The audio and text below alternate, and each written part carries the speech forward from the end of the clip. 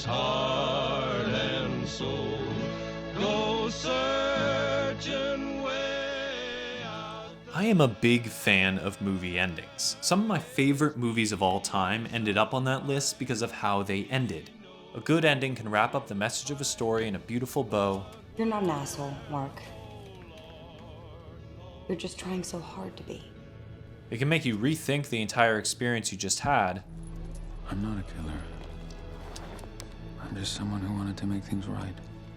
Or it can serve as the culmination of all the emotions of that story, quickly summarized in one powerful statement.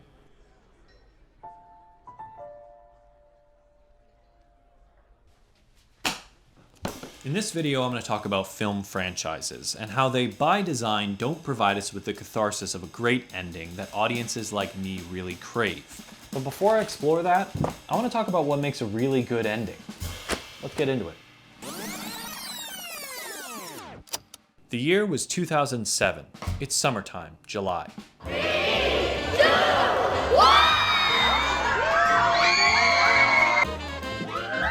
Potter mania reached its zenith over the weekend as the very last book in the series hit bookstores all over the world.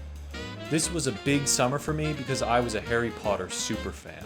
I'd watched all the movies opening weekend and read all the books multiple times a year. I went on mugglenet.com and checked my daily Harry Potter updates. Every time I got in the car, one of the audiobooks was playing without question, the Jimdale ones. I bought those original weird Harry Potter Legos, I played all the video games constantly, even the bad ones. Harry Potter and the Chamber of Secrets on PC is the peak of video games. Nintendo! You are free to dispute that in the comments, but it will fall on deaf ears. Non-magical folks certainly have peculiar names for vegetables. I lived and breathed these books. This is my copy of Harry Potter and the Goblet of Fire, the original one. I had to tape this thing up because it's so torn up because I read it so many times. So when the last book came out, it was the event of my young life. I can actually still remember where I was when I read the last chapter of Harry Potter and the Deathly Hallows. I was sitting on my couch, and as I reached the final words, the realization that it was over was crushing. Absolutely crushing. At that moment, all I knew was that I would never experience Harry Potter for the first time again.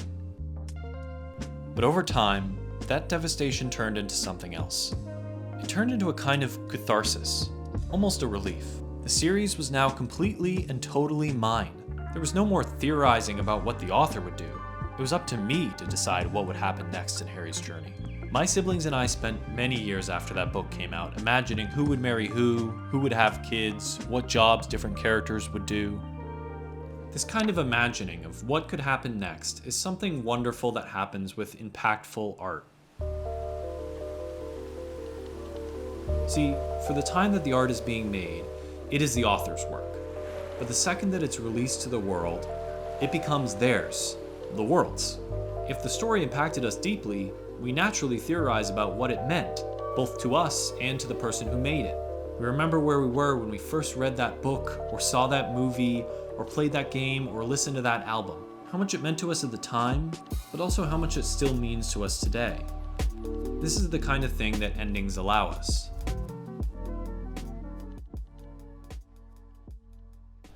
And now I want to talk about film franchises. Specifically, why aren't movies allowed to end anymore? Lately, I've begun to feel like movies, and specifically popular movie franchises like Harry Potter, no longer belong to their audiences because they are never allowed to end. Every question you might ever have about your favorite Star Wars or Marvel character will inevitably be answered in some spin-off movie or television show. Did you ever wonder how Han Solo got his signature gun? Or ship? Or even his last name? I don't have people. I'm alone. Solo? Disney has an answer for that. Before I go any further, I feel like I gotta make a clear distinction. There is a difference between a movie series and a media franchise.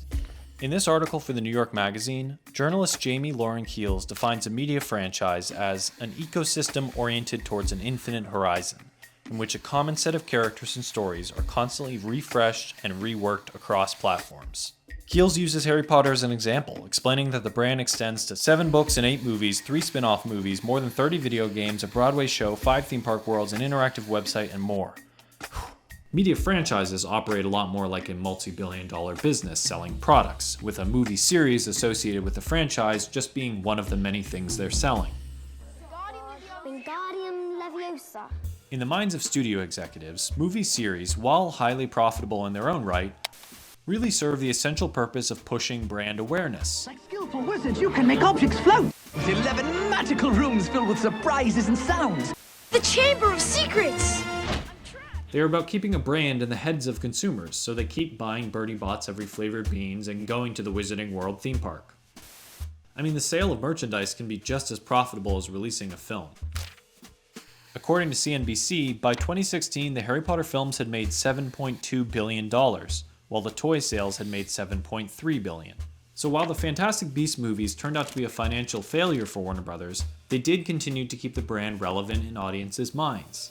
There is a power in endings because they make a story and not a product. A product needs to be sold year after year, preferably making more money each year that it's sold. If Apple announced tomorrow that they would be making the last iPhone ever this year, their most popular product, their stock would probably tank. This is because our stock market depends on the fact that companies will continue to make safe, reliable bets. More and more these days, studios are expecting franchises to follow the same path. Like an iPhone, which changes slightly each year but ultimately is the same safe product over and over again, Hollywood sells the same franchise movies over and over again, hoping profits will continue to go up. For a while they might, but unlike a product, it's much easier to get tired of a story being told the same way over and over again. Great art doesn't work under the traditional rules of capitalism.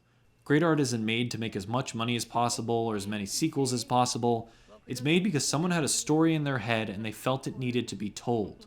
Harry Potter defined my childhood, but when Warner Brothers recently announced that they would be making a new Harry Potter TV series, this time one that was book accurate, I just felt exhausted.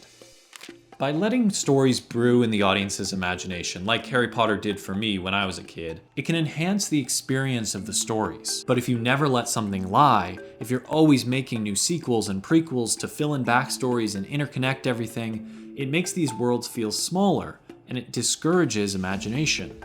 I'm just saying that based on the results we see in movie theaters and on streaming services these days, the way studios see it, any ambiguity in a character's backstory or any loose-hanging story threads, in their minds, it's free real estate. This is free real estate. It's free real estate. Okay, moving on. To finish this out here, I'm going to take a more positive note. Can film franchises actually be a good thing?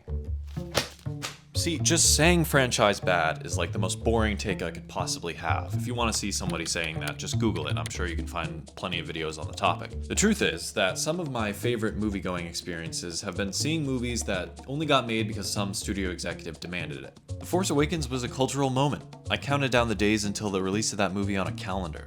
I watched the trailers on repeat. And when I saw the movie, I wasn't disappointed.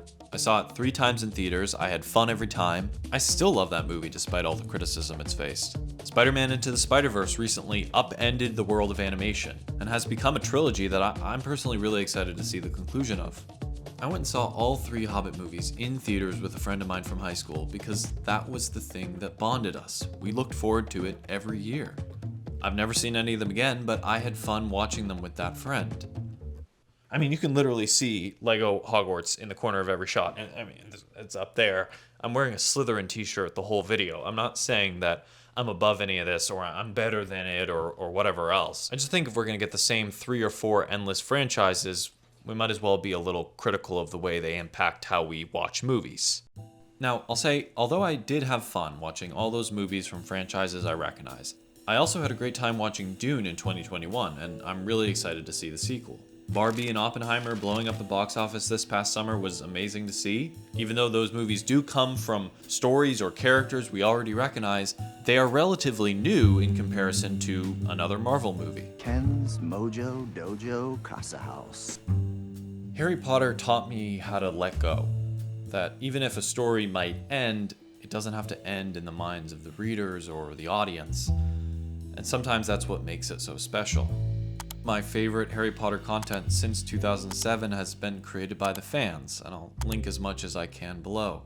Endings, in my mind, are a way of the author saying, now this is yours. Surgeon, where they put a work in the past and they allow it to exist in the culture as one statement with a beginning, middle, and end.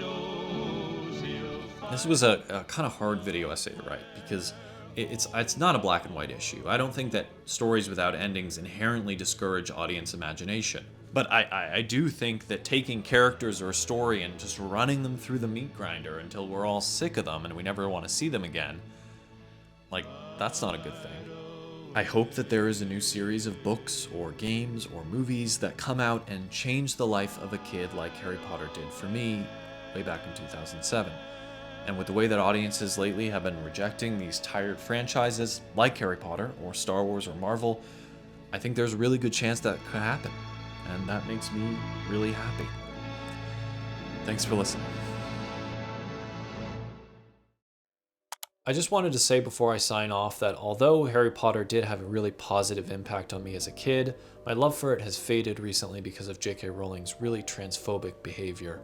And I don't want to profit from a video that talks so much about Harry Potter, so I'll be donating any potential profits that this video makes to the Trevor Project, which is an organization that focuses on suicide prevention for LGBTQ youth. I'll make a donation when I upload this video, and if you're interested in making one, I'll leave a link down below where you can access that. Okay, thank you so much, and have a lovely rest of your day.